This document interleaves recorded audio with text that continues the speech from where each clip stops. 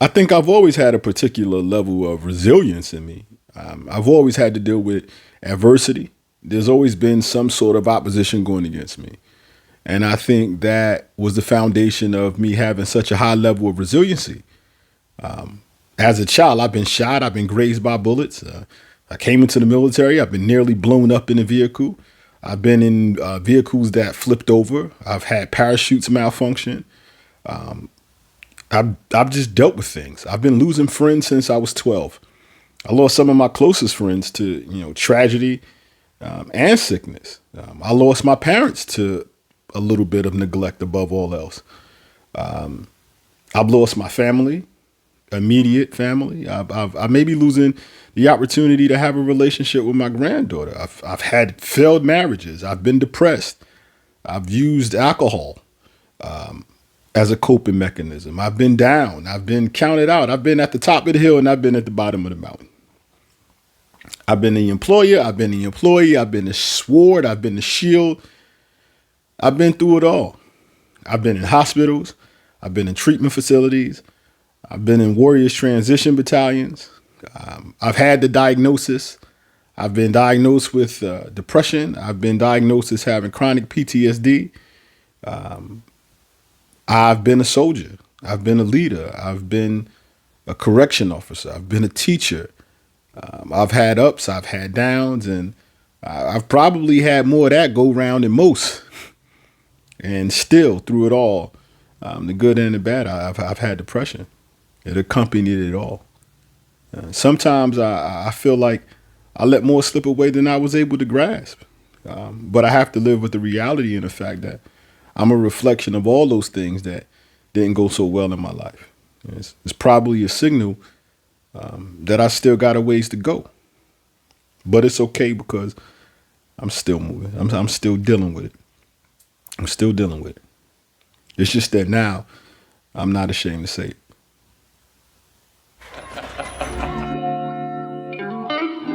Modus the one.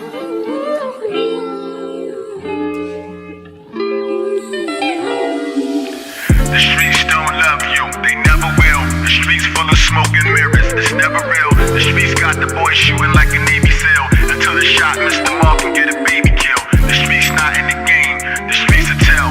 Working people don't hustle with you, the streets will tell. And hope you rot behind bars or die in a cell. Them people want you in the jail, you make their life a living hell. All for your love of the streets, you never getting back.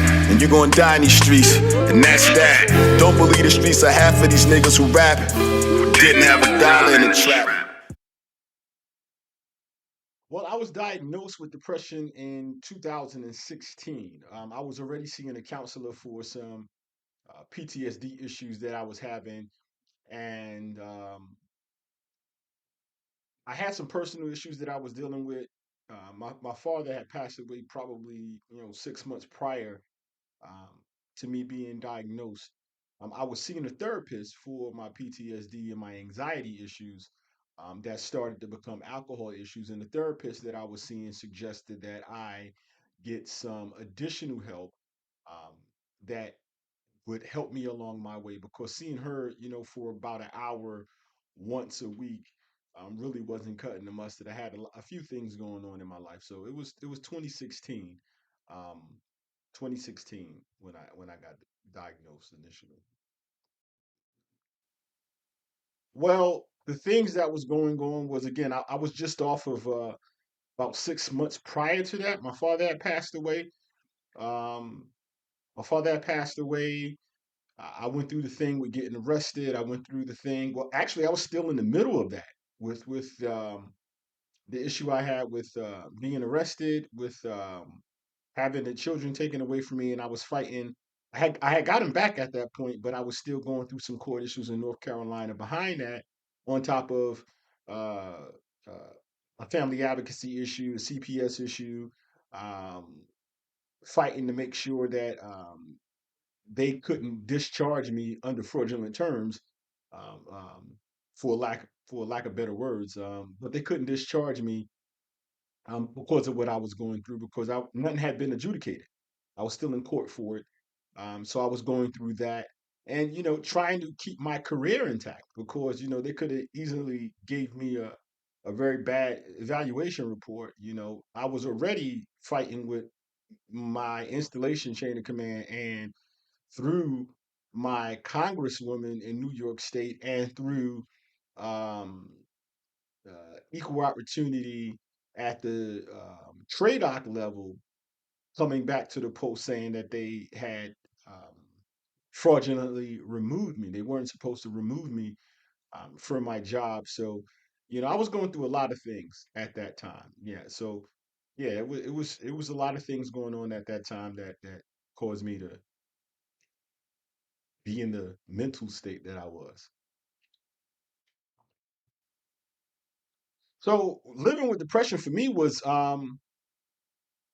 it was actually, obviously retrospectively speaking, it was uh I don't know. I mean, I'm at a lack of better I'm at a lack of words because um I didn't necessarily think I was depressed. I mean, I know I had a lot of shit going on, but I wasn't walking around saying, "Hey, I'm depressed. The world is going to end." I just felt like, "Hey, it's a lot going on, and a lot of the stuff that's going on, I'm not 100% totally responsible for, and I shouldn't be accountable for it." And I felt like the military was putting that on me. But I think I was very, very coherent of what was going on. I just felt that it was just all happening too fast, and it was too much. And so for me, again, I never thought that I was depressed. I just felt like I had too much on my plate at one time. And my mindset was, if I didn't have all of these things going on at one time, I'd be perfectly fine. And so I got up every day trying to figure out which one of these, 11, 12, 13 things that I was dealing with, which one could I make go away that day. And that's how I used to live. Like, what could I get out of my life? What could I get out of my life? What could I get off my plate? Because if I can make the load a little bit lighter, it'll be that much easier to carry. I never felt like I couldn't carry it, or I couldn't do it. I just felt like it was too much at one time, and I just had that feeling of, why me? Why now? With my family life, I mean, you could guess that probably was very, very irritable during this time, particularly if I felt that the issue or the problem that you had was just very, very minute. Your minute problem against my, you know, potato sack full of things, it just didn't compare. There was no comparison, and so those things made me irritable. They made me short fused, um, and I tried my best to not snap, particularly at my children or at my wife at the time. Um, but I don't think my kids understood the severity of what was going on and how I was dealing with it. I know my wife did, but that was a backfire. That was a backfire too, because her understanding it caused her to try to over fix things, and her over fixing things and stepping in and doing things that she shouldn't have done. Although I know maybe some of it was done in good intention, maybe some of it was done um, uh, uh, without being knowledgeable of how to do things.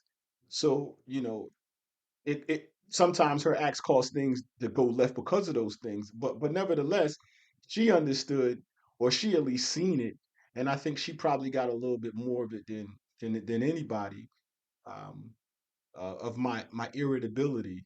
Um, you know, because I didn't want to talk about anything. I didn't want to hear that I'm going to get through it. And unfortunately, sometimes when you're going through something like depression, you do tend to lash out at the people that are closest to you. And she took a little bit of that.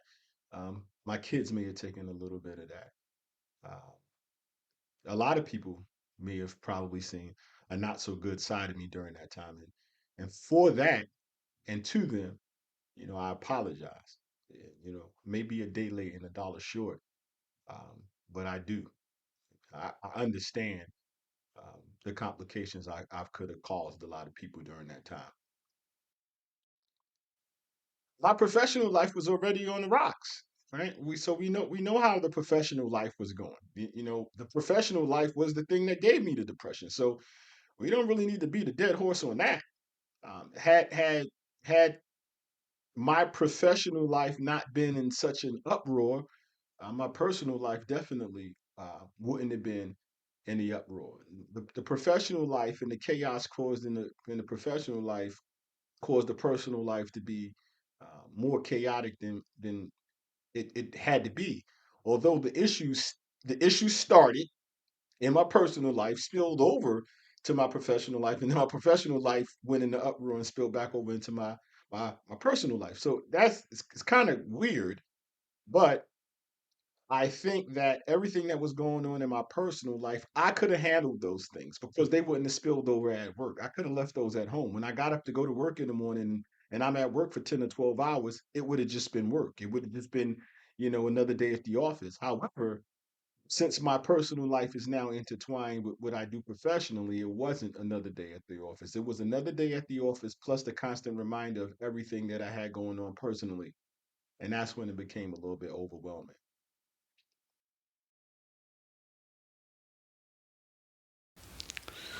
Sometimes the brave men and women who serve our country find themselves battling an enemy that isn't even on the battlefield. It's called depression.